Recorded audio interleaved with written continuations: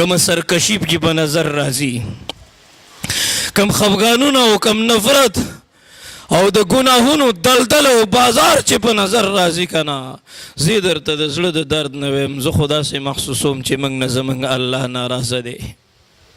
دا زموږ څه حال دی؟ سبا بله ورځ الله سره پیشي ده، سبا بله ورځ د قبر زندګي ده. ته ولې نه پوهېږي؟ زه خو په دې چغو چغو ستړی شو.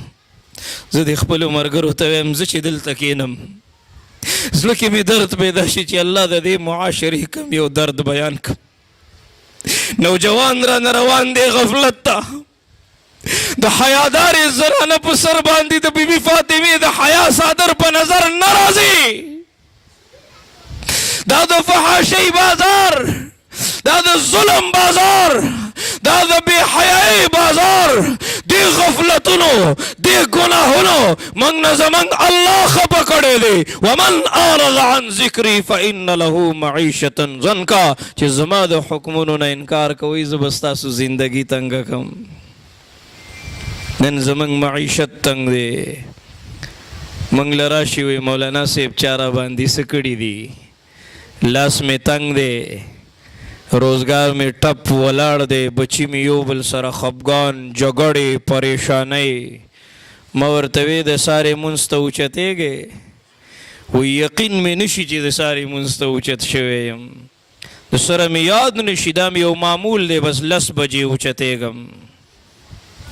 ټوله شپه د موبایل په بد نظرۍ کې تېره شوه، او چې کله رب العالمین خپلو بندګانو ته آواز کوي چې حی علی الصلاة حی علی الفلاح الصلاة خیر من النوم، چرګ آواز کوي. فقها وایي دا چرګ کوکوړو آواز نه کوي، وایي دا چرګ وایي قومو ایها الغافلون، راوچت شئ ای غافل مسلمانانو. رب العالمین کامیابی ورکوي، رب جنت ورکوي، رب د عزت زندگی ورکوي، رب د رزق د خزانو نه رزق تقسیموي کنه. ځکه خو دومره غمجن او پریشانۍ چې الله دې خفه کړی دی کنه. زه کوشش کوم چې په هر خبره باندې مختصر غوندې وضاحت وکړم کنه. فی جنات یتساءلون، ای د دې پېښور په بازار کې په دغه چوک کې ایسې چوستا په دې ګریوان کې لاس واچوي او راکاږي دی، د دې نه بله د شرم خبره شته دی؟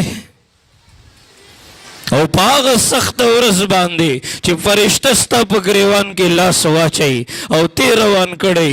فی جنات یتساءلون، قرآن هغه نقشه بیانوي. عن المجرمین، دوی به د مجرمانو نه تپوس کوي ما سلککم فی سقر، تاسو ولې جهنم ته روان یئ؟ وایي دوی به ورته جاړي که نه، هغه جړام قرآن ذکر کړې ده. دوی به ورته جاړي لم نکو من المصلین، موږ به مونځ نه کولو، میلمه راغی مونځ پاتې، جامې مې خرابې مونځ پاتې. تا ته څه پته ده دا یو سجده څومره قیمتي ده؟ هغه مور غریب یې مونځ ته نه پاسوي. مورې تا ته څه پته ده؟ وایي خوب یې خرابېږي. تا ته څه پته ده د دې یوې سجدې قیمت څومره دی؟ د دې یوې سجدې د نه کولو نقصان څومره دی؟ موږ نه د 50,000 یو نوټ پرېوځي، څومره پریشانه یم، خوب نه راځي. دلته به پرېوتی، هلته به پرېوتی، په دې سوچ او فکر کې ګاډی اسکیډنټ شي، څومره زموږ زړه خفه کېږي. نو تا ته پته ده چې د یو مونځ د قضا سزا څومره ده؟ تا ته پته ده چې په خپل واده کې د الله د خفه کولو سزا څومره ده؟ تا ته پته ده چې د محمد مصطفی د یو سنت نه په انکار کولو باندې سزا څومره ده؟ د زندګۍ نه، د مال نه، د وخت جان مال نه برکت اوچتېږي. تا ته پته ده؟ پیژنې برکت څه ته وایي؟ پیژنې د زندګۍ مقصد څه دی؟ الله په کومو خبرو خوشحالیږي که نه؟ الدنیا مزرعة الاخره. تاسو اوس راغلي یې که نه، بیان به ختم شي، که بیا د ډوډۍ پروګرام دی ډوډۍ به وخوړل شي، هر سړی به خپل کور ته ځي که نه. دا دنیا داسې ده، راغلی نو تلل لازمي دي که نه. ستا ته چې پیدا شوې، ستا په یو غوږ کې اذان په بل کې اقامت وشو که نه، او ستا د جنازې په مونځ کې نه اذان شته او اقامت شته، دا حقیقت دی. سبا بله ورځ به ستا کټ داسې پروت وي ایستا د کفن کپڑا بازار ته راغلی دی او تان کې پرته ده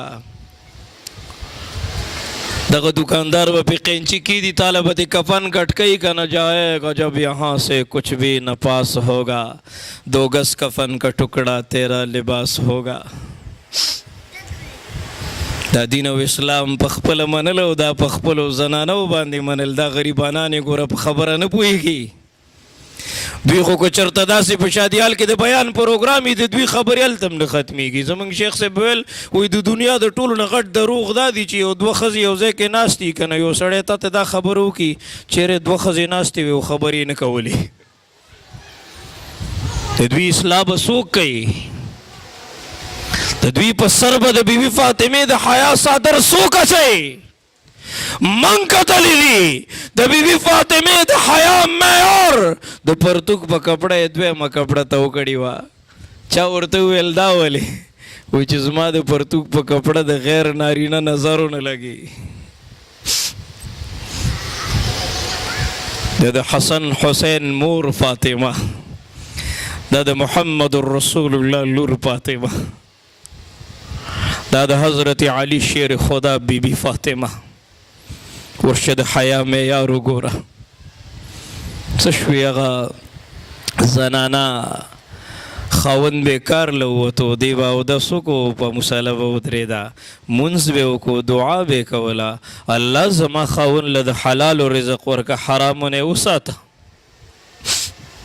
دعاګانې به یې کولې د خپل خاوند دپاره د خپل بچي نه به عبدالقادر جیلاني جوړو د خپل بچی نه به محمد بن قاسم جوړو موږ سره په مدرسه کې ډېر ذهین طالب علم و ټول قرآن یې په یو ورځ باندې بغیر غلطۍ خپل استاذ ته اورولی و نو هغه طالب علم څه ورځې تېرېدې مدرسې ته نه راتو ما ته زما د استادانو وویل وایي مولانا صاحب ډېر ذهین طالب علم دی اوس مدرسې له نه راځي زما یې دغه ورور سره دوستانه و ما ورته ټلیفون وکړه چې ډېر ذهین دی او اوس مدرسې له نه راځي هغه ورور یې راته ویل وایي مولانا صاحب تلاوت خو څه کوې هغه نه خو فرض مونځ هم پاتې دی ما وی دا ولې زړه کې مې درد پیدا شو ما دا ولې وایي هغه له خو مور موبایل اخیستی دی هغه ډرامو ټیک ټاکو کې او ګیمونو کې مصروفه شوی دی هغه نه خو فرض مونځ هم پاتې دی